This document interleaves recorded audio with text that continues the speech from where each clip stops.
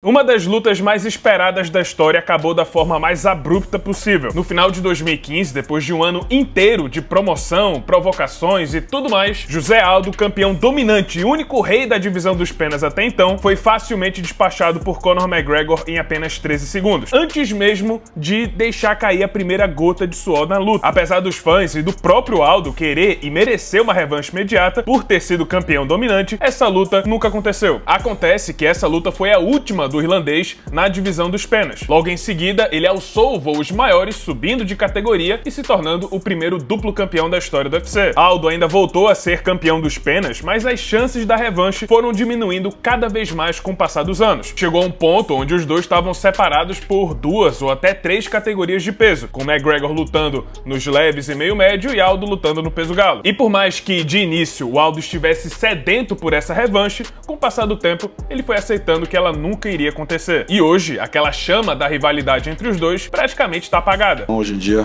é muito mais uma amizade mesmo, eu acho que eu tenho um carinho por ele, eu acho que independentemente do trabalho como foi, eu acho que ali é uma luta que fica ali.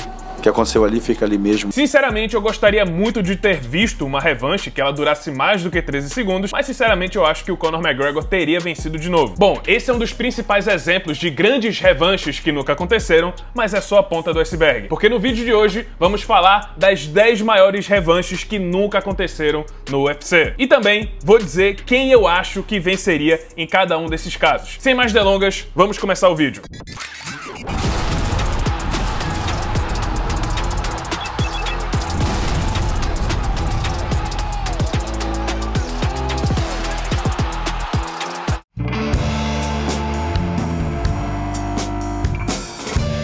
Ainda em 2015, outro resultado que foi bastante chocante para o mundo do MMA foi quando Ronda Rousey perdeu sua invencibilidade ao ser completamente dominada e nocauteada por Holly Holm. A campeã dominante da categoria dos galos feminina, que já tinha defendido seu cinturão 6 vezes, perdeu para Azarona na proporção de 12-1. E lógico, como Ronda Rousey era a principal estrela do UFC naquela época, maior até do que o próprio Conor McGregor, a primeira coisa que se comentou logo depois da luta foi de uma revanche imediata para Ronda. Era o caminho mais lógico, fazia todo sentido do mundo. A Ronda era uma campeã dominante, era a maior estrela do UFC, sem falar que a primeira luta foi simplesmente a luta mais vendida da história do MMA feminino. O problema é que essa derrota causou um dano praticamente irreparável para a Ronda, que entrou em uma profunda depressão depois da sua primeira derrota. Nesse meio tempo, Holly Holm acabou perdendo o cinturão para Miesha Tate e a Miesha Tate perdeu o cinturão para Amanda Nunes. Quando a Ronda voltou finalmente, no final de 2016, foi a brasileira quem recepcionou a ex-campeã, e na ocasião, a Amanda nocauteou a Ronda em apenas 48 segundos. Ficou claro ali o abalo que a derrota para Holly Holm deixou e que a Ronda Rousey nunca mais seria a mesma, tanto que nunca mais competiu no MMA. Sinceramente, tem males que vêm pro bem. E pelo que a gente viu na primeira luta entre as duas e na luta contra Amanda Nunes, eu acho que tá bem claro que a Ronda Rousey perderia de novo para Holly Holm.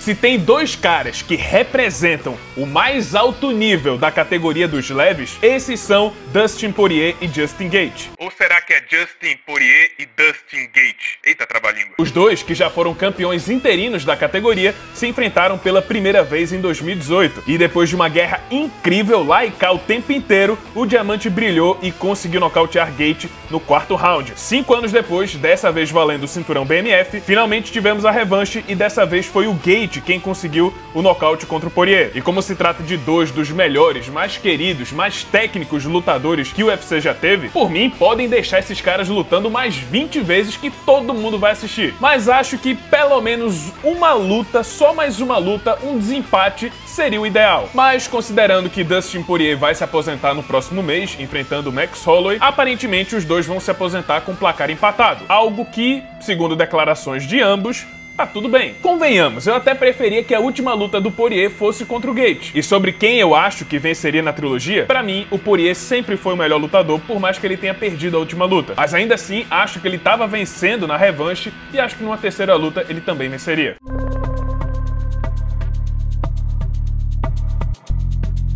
Brock Lesnar foi um dos maiores astros que o UFC já teve, mas a sua estreia na organização foi um banho de água fria. Logo na primeira luta, ele enfrentou o ex-campeão dos pesos pesados Frank Mir e foi facilmente finalizado no primeiro round. Brock ainda daria a volta por cima, se tornando campeão peso pesado do UFC e preparando o palco para a revanche lendária que aconteceria no UFC 100. Na ocasião, Brock Lesnar teve a sua revanche e nocauteou Frank Mir. E aí, considerando a proporção e o sucesso que a revanche entre os dois atingiu, um desempate faria todo sentido do mundo. Só que esse aqui é mais um daqueles casos de simplesmente não rolou. Cada um seguiu o seu caminho. Brock Lesnar foi se aposentar do MMA alguns anos depois, seguiu para a WWE, e o Frank Mir seguiu competindo no UFC, Bellator e outras organizações. Sinceramente, pelo que a gente viu na segunda luta, eu acho que o Brock Lesnar venceria de novo a terceira luta. E é mais uma daquelas rivalidades que não teve uma trilogia conclusiva. Falando nisso,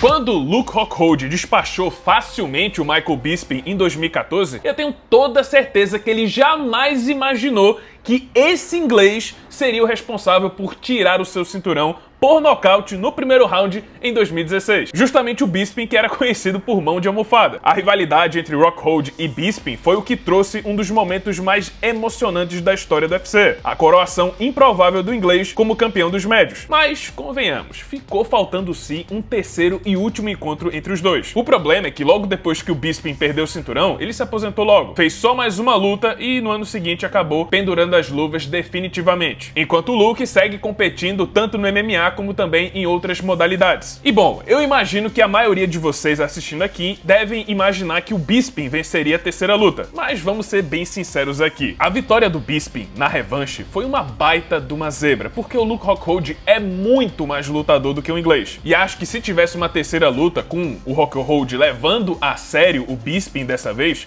eu acho que ele conseguiria vencer. Porque como eu falei, ele é mais completo em pé, no chão é muito superior, e por mais que eu prefira muito mais o Michael Bisping, vamos concordar aqui que o Luke Rockhold provavelmente venceria a terceira luta, principalmente se ela acontecesse lá em 2018, no final de 2017.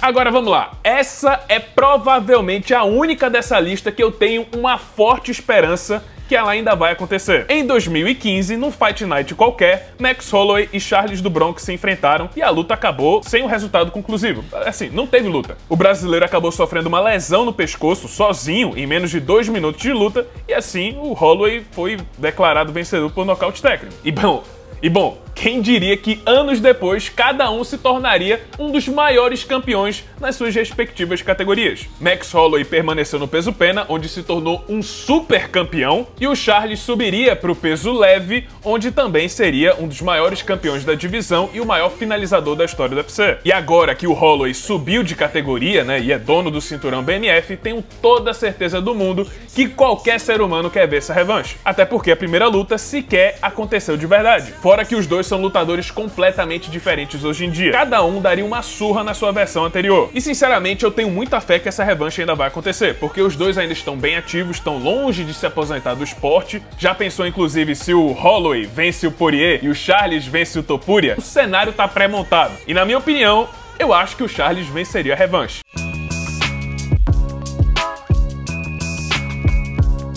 Bom, agora vamos para um dos grandes mistérios da história do UFC. Como que nunca tivemos uma trilogia entre Conor McGregor e Nate Diaz? Até hoje eu não entendo como o UFC deixou essa mina de ouro escapar. Os dois protagonizaram simplesmente uma das rivalidades mais emblemáticas e rentáveis da última década. Nate can only count the 5. Cada um teve uma vitória icônica contra o outro, com o Diaz vencendo a primeira luta por finalização e o McGregor vencendo uma guerra que foi a segunda luta em agosto de 2016. E desde então, apesar de existir muita vontade pelas duas partes de fazer uma terceira luta, ela simplesmente nunca aconteceu. E olha que de 2016 para 2025 são quase 10 anos. Oportunidade não faltou. Bom, hoje em dia temos dois lutadores semi-aposentados. Conor não luta há quase 4 anos e acorda todo dia de manhã tomando coca e uísque. E eu não tô falando da Coca-Cola. E Nate Diaz segue sendo Nate Diaz. Basicamente luta quando bem entende, quando é conveniente pra ele. Entre 2016 e 2021, eu acho que o Conor McGregor venceria a terceira luta. Mas, de 2021 até hoje, eu sinceramente tenho muita dúvida. Eu acho que, na verdade, o Nate venceria o Conor McGregor se a luta acontecesse hoje. Porque, por incrível que pareça, Nate Diaz hoje é mais atleta do que o Conor McGregor. Porque de 2021 pra cá, o Nate Diaz teve mais lutas, mais vitórias, inclusive mais vitórias no UFC. Basicamente, Nate Diaz é mais ativo do que o Conor McGregor. E, sinceramente, acho que se a luta acontecesse hoje, ele poderia vencer o irlandês. Deixa aí nos comentários. Se o Conor, na situação que ele tá hoje, voltasse e enfrentasse o Nate Diaz, vocês acham que ele venceria? Acho que ainda é meio aberto, mas deixa aí sua opinião nos comentários.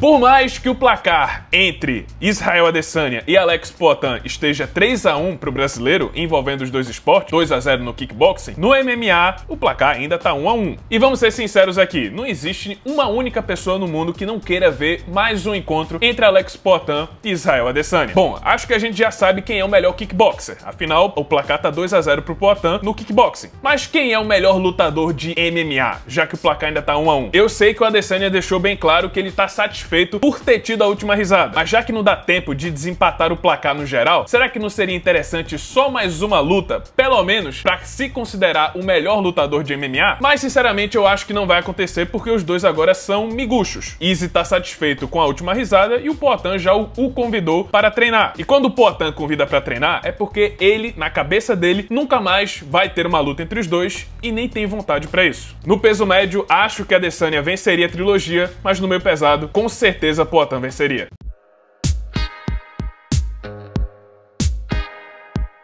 Anderson Silva e Vitor Belfort, simplesmente a maior luta da história do MMA brasileiro. Se o UFC é popular hoje aqui no Brasil, o responsável é Anderson Silva e Vitor Belfort, que alavancaram o esporte para outro patamar com a luta do século que aconteceu em 2011. Obviamente, desde aquela luta, sempre houve a cogitação de uma revanche. Queriam revanche quando o Anderson ainda era campeão, depois que o Anderson perdeu o cinturão, quando os dois estavam na reta final da carreira deles no UFC, e principalmente agora, onde os dois estão fazendo lutas de boxe. Mas a revanche nunca aconteceu e nunca vai acontecer porque o Anderson não quer. Ele já deixou bem claro que não tem por que ele fazer essa revanche, que é impossível ele entregar alguma coisa melhor do que aquele chute frontal. Lógico que o Vitor quer mais do que tudo devolver aquela derrota, mas não é interessante pro Anderson. Pensando no ponto de vista do Spider, não tem mais nada do que ele ganhar a não ser mais uma bolsa. E sendo sincero, no MMA eu acho que Anderson ainda venceria a revanche. Talvez a melhor chance do Vitor fosse naquela época do TRT. No boxe, ainda acho que Anderson venceria,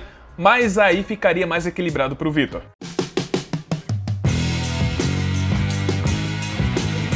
Tá, vou dar uma trapaceada aqui, porque na prática essa luta não aconteceu no UFC, mas tecnicamente é do UFC. Bom, se quando Kami-sama foi absorvido pelo Piccolo, continuaram chamando ele de Piccolo, essa luta aconteceu no Pride, o Pride foi absorvido pelo UFC, então eu posso dizer que essa luta tecnicamente pertence ao UFC. Bom, Fedor Emelianenko e Mirko Cro Cop protagonizaram simplesmente a maior luta da história do Pride. São os dois chefões finais dessa organização, e eles se enfrentaram em um confronto épico. Simplesmente uma das melhores lutas da história do MMA. Bom, e apesar de todo o tamanho dessa luta e tudo envolvendo ela, e por mais também que os dois tenham seguido caminhos diferentes, me espanta que nunca teve uma revanche entre os dois. E olha só, a primeira luta aconteceu em 2005. São 20 anos de muitas oportunidades e a revanche nunca aconteceu. Beleza que no final do Pride cada um seguiu seu caminho. Mirko Cro Cop foi pro UFC e o Fedor foi pro Strikeforce. Só que em 2016, tanto o Cro Cop quanto o Fedor estavam lutando no Rising. Inclusive, na época, o próprio Cro Cop sugeriu uma revanche entre os dois no Rising, que era basicamente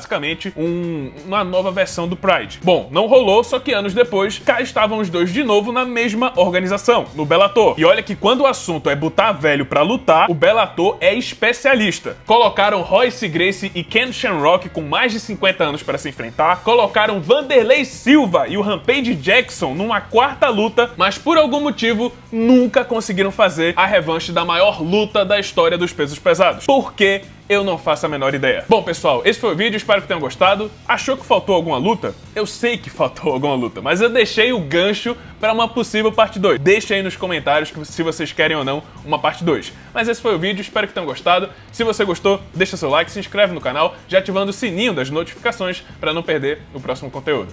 E é isso, muito obrigado por terem assistido e até a próxima.